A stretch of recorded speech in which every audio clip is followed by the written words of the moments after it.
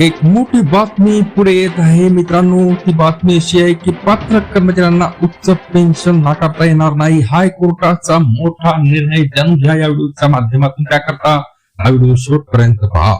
कर्मचारी भविष्य निर्वाह निधी संघटना म्हणजे ईपीएफओ अंतर्गत उच्च पेन्शनच्या मुद्द्यावर मुंबई उच्च न्यायालयाने कर्मचाऱ्यांना मोठा दिलासा दिला आहे. न्यायालयाने स्पष्टपणे सांगितले आहे की नियोक्त्यांच्या किंवा कंपनीच्या चुका, विलंब किंवा कागदपत्रातील त्रुटीमुळे पात्र कर्मचाऱ्यांना उच्च पेन्शन नाकारता येणार नाही. कंपनीच्या चुका कर्मचाऱ्यांना शिक्षा नाही.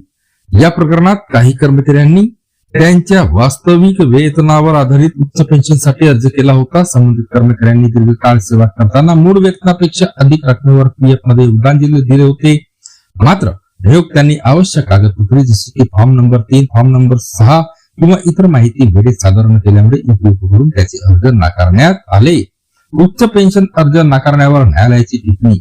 मित्रांनो, या निर्णयावर नाराजी व्यक्त करताना कर्मचाऱ्यांनी न्यायालयात धाव घेतली. सुनावणी दरम्यान न्यायालयाने स्पष्ट केले की नोंदी ठेवणे आणि कागदपत्रे सादर करणे हे पूर्णतः नियोक्त्यांची जबाबदारी आहे. त्यामुळे त्या प्रक्रियेत झालेल्या त्रुटींसाठी कर्मचाऱ्यांना जबाबदार धरता येणार नाही. केवळ तांत्रिक कारणावर अर्ज फेटाळणे अन्यायकारक असल्याचे न्यायालयाने नमूद केले आहे.